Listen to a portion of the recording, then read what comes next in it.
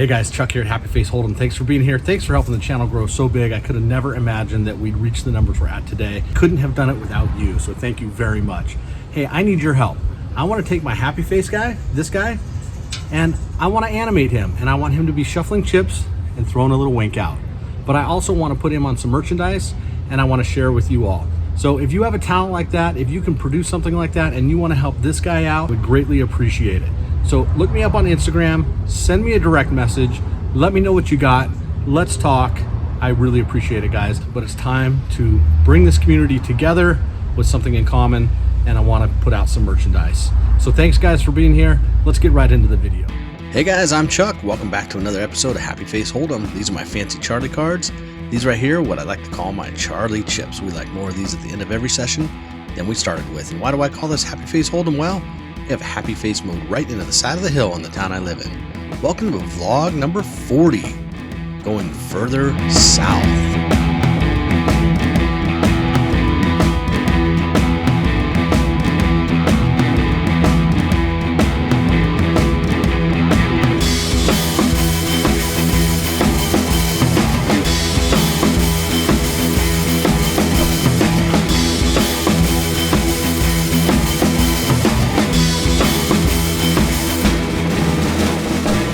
One of my favorite rooms down here at Hawaiian Gardens.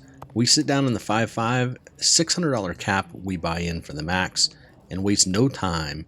In the first hand we're dealt ace-queen suited of the diamond variety.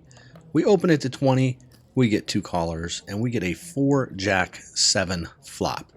With 2 overs, a backdoor flush, backdoor straight draw, I'm not going to slow down on this one. I elect to put $30 into this pot, and we're going to get 1 caller from the 8 seat. Looks like a competent reg in the 8 seat. Love Hawaiian Gardens, so clean down here. Seats are comfortable, big game selection. So if you've never been, give it a try. All right, the dealer gives us a 7 of diamonds on the turn, so we improved to the nut flush draw. He did pair the board, so it could be a little bit of scary card, but I don't believe the 8 seat calling my pre-flop raise will have many 7s in his range. So I'm going to continue to barrel on this one with a plan to bomb the river if we get there. So with 125 in the pot, I decide on $80 is the right amount, hoping to get value out of a jack with a plan to spike the nut flush on the river. Well, we take this one down, scoop some Charlie chips, and not sure what was going on in the casino, but they were happy for me. You heard it. All right, moving on to the next one. All right, little background. The player to my right, we're going to call him Joe because of Shoeless Joe Jackson. Yeah, Joe told me he's from Long Beach. He played all day yesterday, spent the night in his car in the parking lot here, and is back playing today in his flip-flops with them kicked off to the side, sitting barefoot next to me. Super nice guy. All right, we look down at deuce 4 on the button, and it's a limp pot 4 ways, so we're going to limp as well. 10 ace 4, we spike bottom pair on the flop. Action checks through. River gives us a flush draw, so we're going to put some money into this pot. After Joe bets 15, we elect to make the call. And that's the music I hear in my head when we spike trips on the river. Assuming Joe has an ace because he bet the turn a weak ace, I decide to bet pot here, thinking I can get value out of just about any ace, even a weak ace because he just turned 2 pair. Joe elects to call. I roll over the bad news, and we're going to scoop up some more Charlie chips. Yep, working on those river value bets, and this one worked out well, and Joe did turn over ace 5. So we do one of our favorite things. We stack some Charlie chips, and we look down at our next hand, which is a premium ace king offsuit. We open the action to $25, and we're going to get a couple callers, including an older Asian lady sitting in the 7 seat. She was playing super tight, so I think her range is pretty capped whenever she enters a pot. Flop comes down, deuce 7 4. We're under the gun, so we check our option. I think a board like this connects with everybody's range that called my bet way more than it calls me. They're going to have all the sets of deuces, 7s, 4s, and with the small blind calling, having all the 7-4s and maybe even deuce 7s here. So the turn's the queen of diamonds. The Asian lady decides to lead out into this pot for 50. So I'm going to float one here. I'm not afraid of one bet, but I think her range is pretty capped at ace, queen, queens, kings, or aces at this point. Unlikely jacks. I don't think she's capable of bluffing this turn card with a queen. So the dealer puts down the deuce of diamonds on the river, pairing the board, and the Asian lady again decides to lead out after I check for $100. She's got about 600 behind, and I don't think I'm getting the right price to call. Granted, I've made worse unprofitable calls before, but we decide to toss this one in the muck and wait for a better spot. All right, nothing too exciting in this one, but I think this is a good example of what happens when you pay attention at the table and you play the players rather than the hand. Maybe, kind of. I mean, we make a hand, but you'll see. So a few limpers. I'm on the button, look down at ace jack offsuit, and decide to bump it up to 20.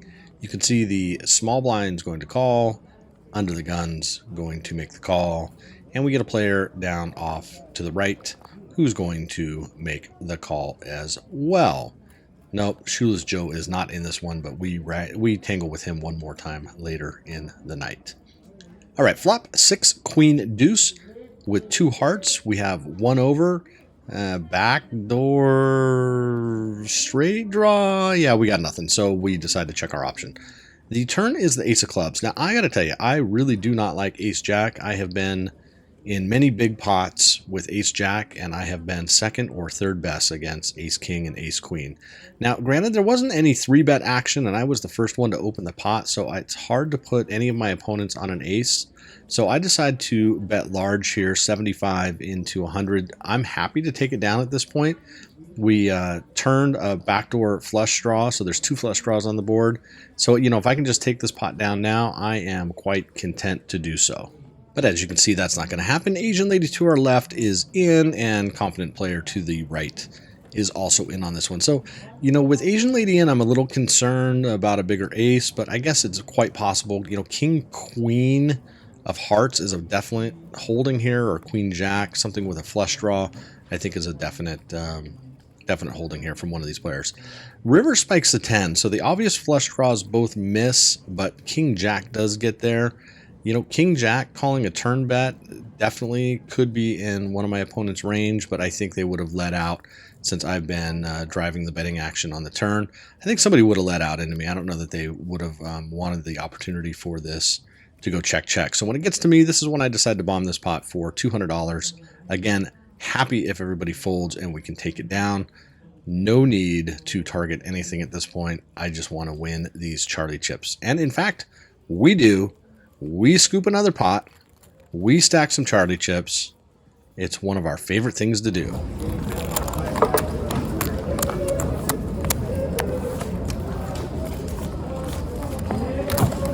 All right, in this next one, our competent reg in seat 8 over there opens the action to $20. I am in the small blind, looking down at a premium. Welcome home, ladies. And I will crush you! And you will learn a new definition of pain. We always love to have the ladies. So I decided it's time to put some more money in the pot. Being out of position, we're going to raise it a little bit large, and we're going to 3-bet it 4x to $80. I'm hoping he opened pretty strong near the top of his range. Pocket pair, ace, king. I block queen, so he likely doesn't have ace, queen, but maybe ace, jack, king, jack. Somewhere in that neighborhood is what I'm hoping, or a small or medium pocket pair. He does elect to make the call, so we're going to go heads up with 150 in the pot. And we're going to see deuce 4-9 with 2 spades on the flop. He checks to me, and in case he's holding 2 spades or 2 wheel cards with the 2 low cards on the board to the wheel, this can be a very dynamic, very scary board. So I want to charge a little bit for any draws that he might be on, so I elect on a $90 bet into this pot of 150. You know, ace 3, ace 5 would come along, and any ace king, king queen suited, king jack suited. So we charge, and he elects to fold, and we stack up some more Charlie chips to keep them growing in this session. All right, in this one, Shoeless Joe to my right decided to get up and go grab some waters. He was kind enough to buy me one, so thank you, Shoeless Joe, for that. I'm on the button, look down at 6-7 offsuit, and I'm already invested for $5. So when it's raised to 15, I elect to make the call and defend my 6-7 offsuit. Happily in this situation.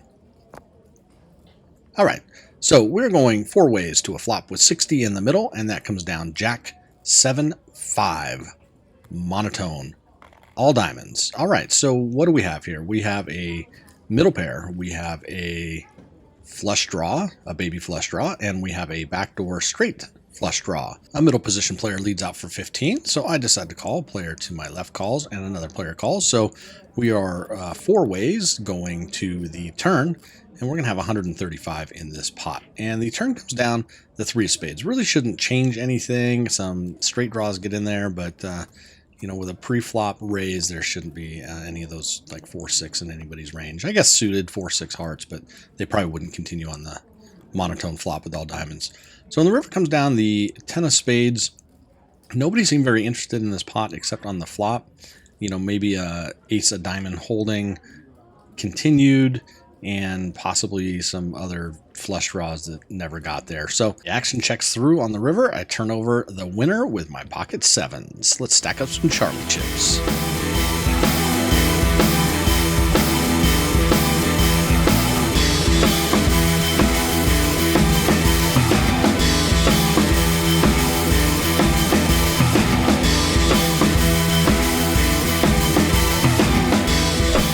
Really nice bar area here at the garden. So again, check it out. Anyways, in this one, under the gun raises to 15, and then a young gentleman who appeared to be a pro, I say, headphones, just grinding it out, not really paying attention to the game, only playing big cards. He 3-bets it to 45. I'm in the small blind, and I look down at pocket jacks. So what do? Do I flat and get the third player in, or do I raise and try to get some maximum value?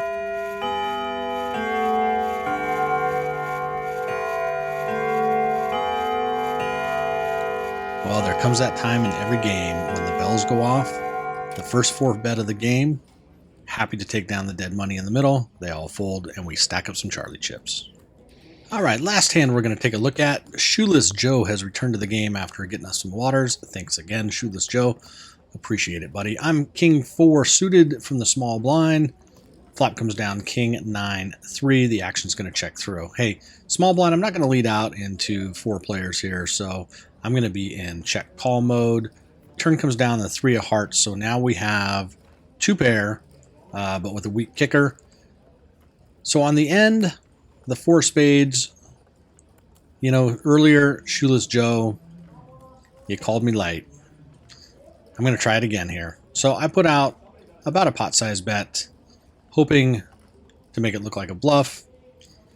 Now that we've spiked a bigger 2 pair, I think any king will pay me off. And sure enough, we get paid, and villain rolled over king 6. So we all had kings, and we had the bigger pair, the bigger 2 pair. So we're going to stack up some Charlie chips, rack up for the night, take home a profit, and move on to our end of session update. Hey guys, what's up? Little end of session update. Didn't get a chance to do it last night. Played for 3 hours and 13 minutes.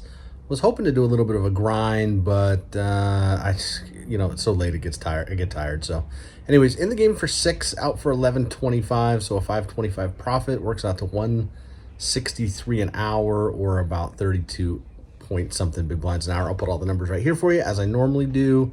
And yeah, just, I mean, nothing spectacular as you saw in the game. Just played fundamentally sound cards, and you know, I think that's the formula I'm finding for success at this game now at the 5-5 level. It just is, it is what it is, and I'm grateful. It's a little bit surreal to me. My win rates recently, I'm pushing 126 an hour on average over the last 50. I think I'm at 62 hours now for March and April. So you know, no complaints at this end. Just playing a solid game.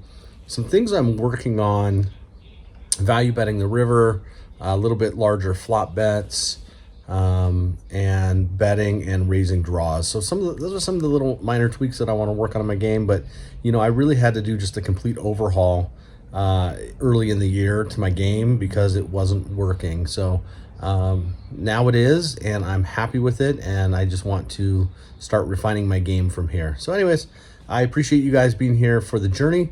Don't forget to like this video, subscribe to the channel. It helps the channel out a ton, helps the channel grow, and that's my goal now. And be sure to check out Rad Poker. You play for free, heads up tournament style. There's no charge to it. Each game lasts about 4 minutes, and you have 6 seconds to make a decision on every play, and it just helps you think and process board textures, and whatnot quickly. So make sure you check out Rad Poker. And until next time, guys, be safe.